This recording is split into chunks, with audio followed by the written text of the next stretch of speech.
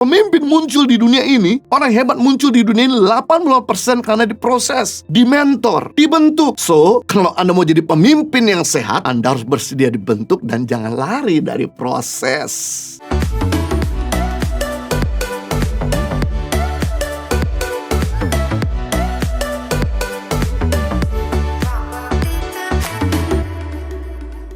Jadi, pemimpin bukan ada karena dilahirkan, tapi pemimpin ada karena dibentuk. Tuhan memproses dan membentuk kita agar potensi yang ada dalam diri kita untuk memimpin itu bisa keluar. Itu bisa semakin kental, bisa semakin excellent. Contohnya adalah pahlawan-pahlawan Daud yang perkasa. Mereka merupakan hasil bentuk atau pembentukan atau proses daripada Daud saat mereka bertemu Daud di Gua Adulam. Awalnya para pemimpin Daud ini mereka adalah sama masyarakat, pembunuh, pencuri, perampok, orang-orang yang dikejar debt collector. Namun Daud berhasil mengeluarkan potensi mereka sehingga mereka menjadi pemimpin hebat, pahlawan gagah perkasa yang disegani banyak orang, dan akan menjadi pahlawan-pahlawan yang gak pernah kalah bertempur, bahkan juga mampu mengalahkan musuh-musuh berbadan besar seperti adik Goliat yang tangan dan jarinya sampai 6 dan lain sebagainya. Pemimpin yang sehat, dia punya orang yang ada di atas, dia punya orang yang sejajar, dia punya orang yang ada di bawah. Jika seseorang tidak punya orang tua, akan jadi tidak sehat karena tidak ada yang memberdaya. Jika seseorang tidak punya teman, akan jadi tidak sehat karena tidak ada orang yang backup. Jika tidak ada seorang yang ada di bawah atau tidak punya keturunan, jadi tidak sehat karena tidak bisa ada yang disalurkan. Maka hal yang sama, jika kita mau sehat secara kepemimpinan, Anda harus punya pemimpin atau orang di atas yang bisa kasih correction dan direction, menegur dan bisa menunjukkan arah dan memberdaya saudara. Kalau kita mau sehat secara kepemimpinan, kita harus punya teman yang satu level, yang bisa membentuk dan membackup kita. Karena kita lebih punya banyak waktu sama teman kita daripada pemimpin. Jadi teman kita lebih tahu banyak kekurangan kita daripada pemimpin kita. Justru mereka akan membackup kita dan menjaga kita. Jika kita mau sehat secara kepemimpinan, kita perlu punya orang-orang yang kita pimpin, orang-orang yang ada di bawah kita, di mana kita bisa jadi teladan dan kita bisa salurkan berkat apa yang kita miliki, sehingga kita bisa belajar berbagi dan sebagainya. Dilihat seperti ikan dalam akuarium yang bisa dilihat dari sisi atas, bawah, kiri, kanan, depan dan belakang, sehingga ini menghindari kita dari melakukan kesalahan. Jika kita tidak punya 3 jenis orang ini, maka kita rentan untuk melakukan kesalahan atau jatuh dalam berbagai-bagai dosa. Nah, 3 jenis orang ini sering dipakai Tuhan untuk membentuk kita, menggesek, menajamkan, membuat kita lebih baik dan produktif. Amsal pasal 27 ayat 17, besi menajamkan besi, manusia menajamkan sesamanya. Besi yang keras tidak akan mungkin tajam jika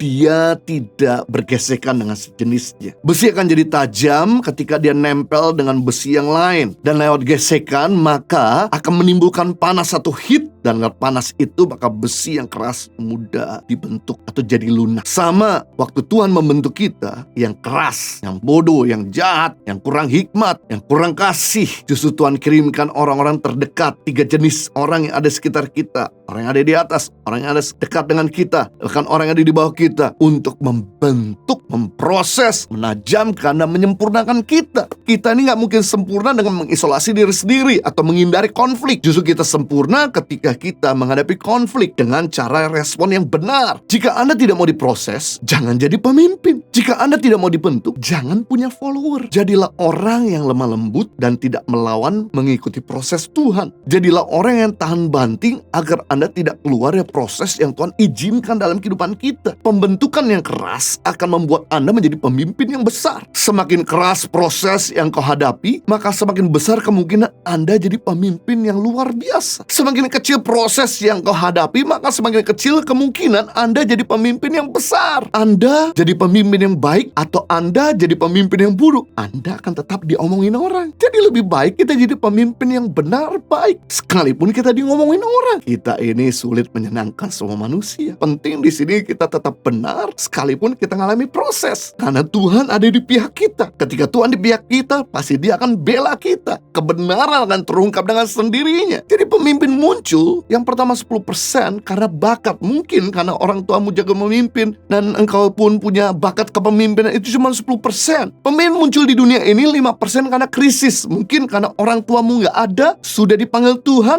dan Anda adalah anak paling tua dari saudara-saudaramu, maka engkau harus memimpin adik-adikmu. Itu cuma 5%, tapi pemimpin muncul di dunia ini, orang hebat muncul di dunia ini 80% karena diproses, dimentor, dibentuk. So, kalau Anda mau jadi pemimpin yang sehat, Anda harus bersedia dibentuk dan jangan lari dari proses.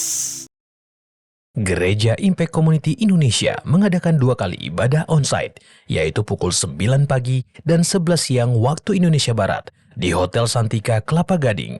Kedua ibadah disertai ibadah anak di lantai 1 Hotel Santika Kelapa Gading. Pastikan kehadiran Anda.